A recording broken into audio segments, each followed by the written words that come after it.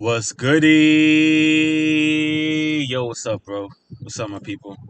Yo, today I got this piece on war that I brought to you today, pretty much for pondering. Just thinking over a few things. Not that I'm coming to you saying war is coming and you got to get ready or war is coming. This is the end of days. Nah, this isn't about that.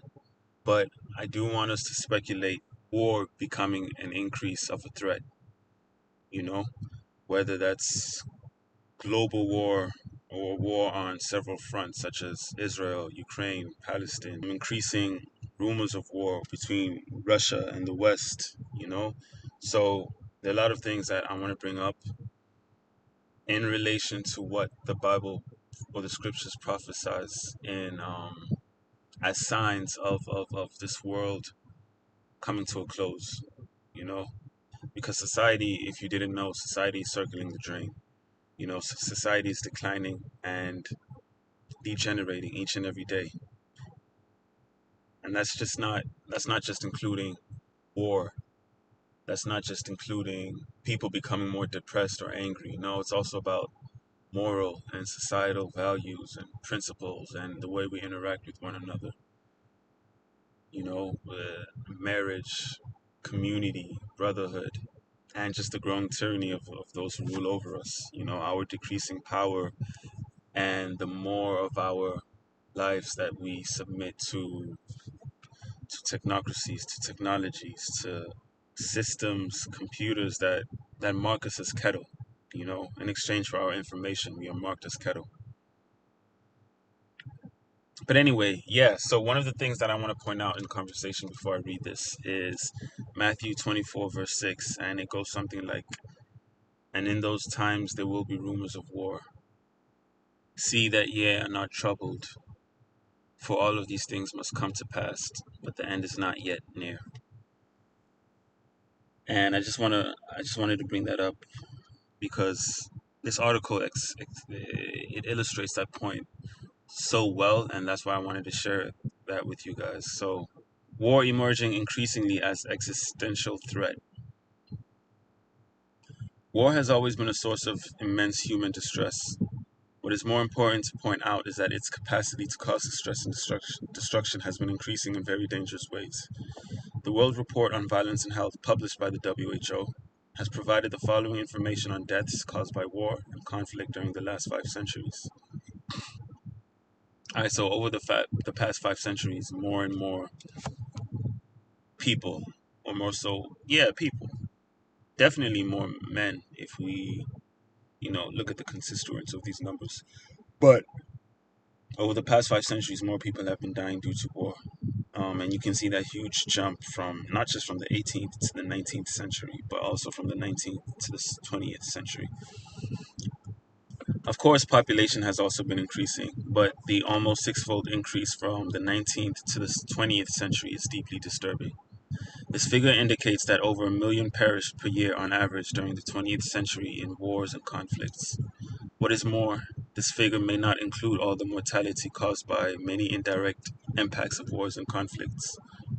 So the Brown Institute or the Brown University estimates for the war on terror of the 21st century, if indirect impacts of war are included, then mortality can be many times more than the deaths caused directly by war and conflict. Which I had no idea that indirect deaths due to war were highly more than direct deaths.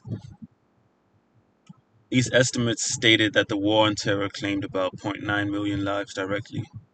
But if indirectly caused mortality is included, then this figure rises much more menacingly to 4.5 million. In other words, in this context, indirectly caused deaths are about 4 times the directly caused deaths. This figure does not include all the countries ravaged by the war on terror and needs updating too.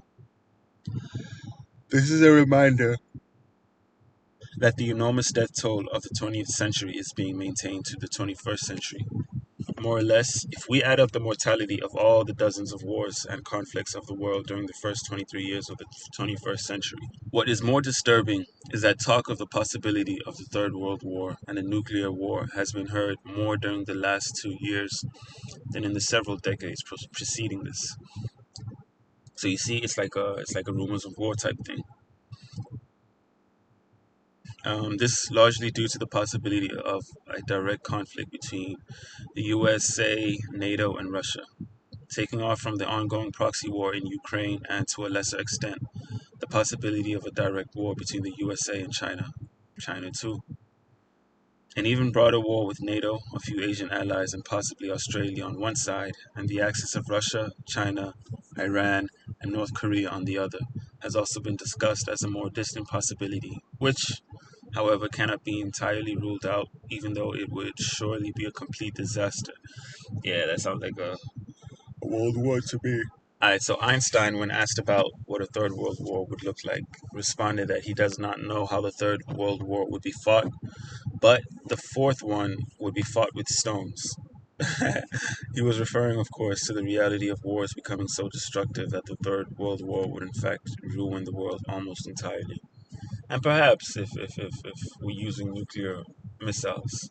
And I remember hearing somewhere that the nuclear missiles are the stones of fire that the Most High talks about in the book of Revelations, talking about how he'll drop stones of fire. Apparently, those are nuclear missiles. We have become more destructive since Einstein spoke these words, and their destructiveness appears destined to increase further, as more and more resources and human ingenuity are being diverted to increase destructive capabilities instead of constructive ones, even though millions and millions remain deprived of even basic needs and the requirements of ecological repair and rehabilitation are perhaps the most urgent.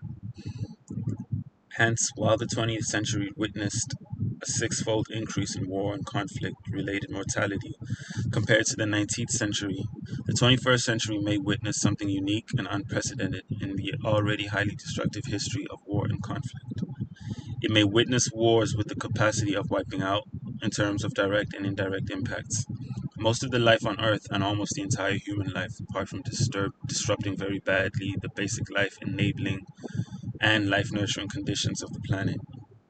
This would be the inevitable result if only 10% of the existing stockpile of nuclear weapons are used.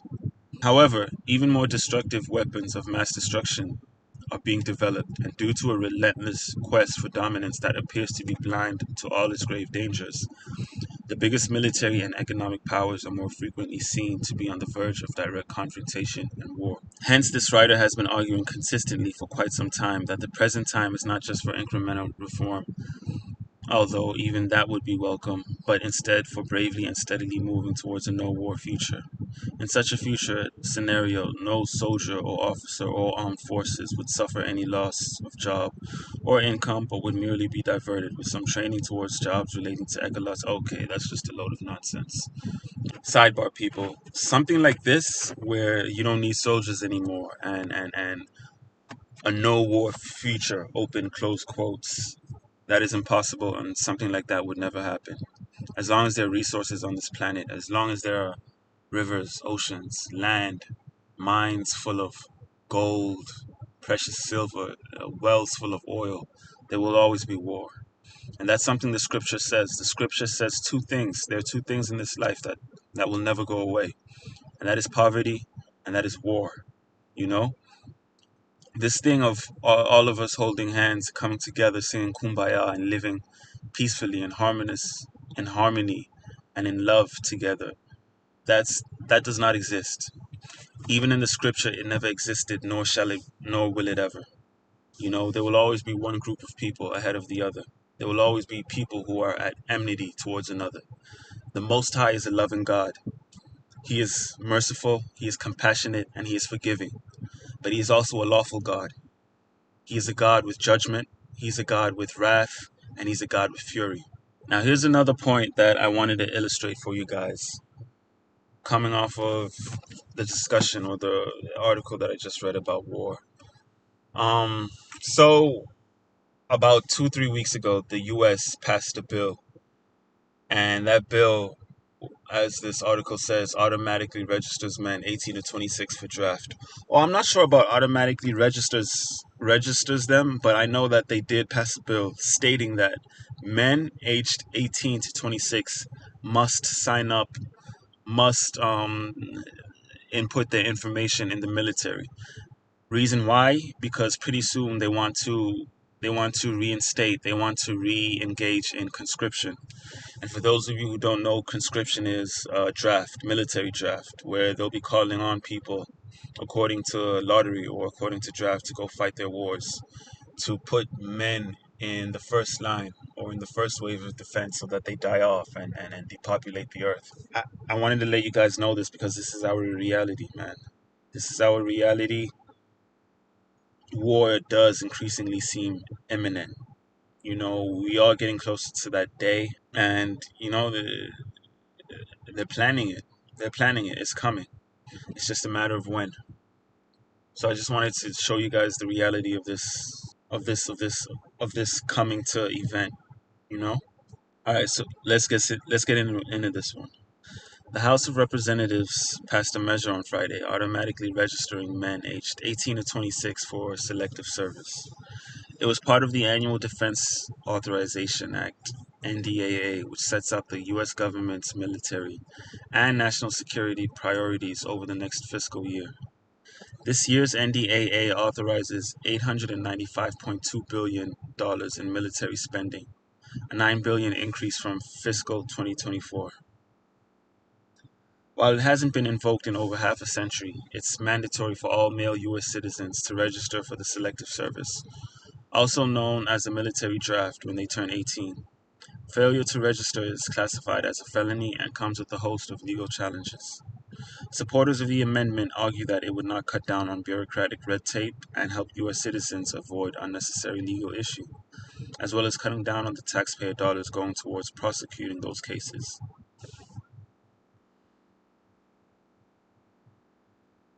By using available federal databases, the selective agency will be able to register all of the individuals required to thus help ensure that any future military draft is fair and equitable. Houlihan said during the debate last month, according to Defense News. This will also allow us to rededicate resources, basically that means money, towards reading, readiness, and towards mobilization, rather than towards education and advertising campaigns driven to register people. The NDA also includes the largest ever military pay raise in history, with a 19.5 increase for junior enlisted troops and a 4.5 increase for others. It also includes funding for 2 new Virginia-class submarines and the establishments of a drone force within the U.S. Army, among other provisions. The NDAA passed the House in a 217 to 199 vote, but it's unlikely to be taken up by the Senate.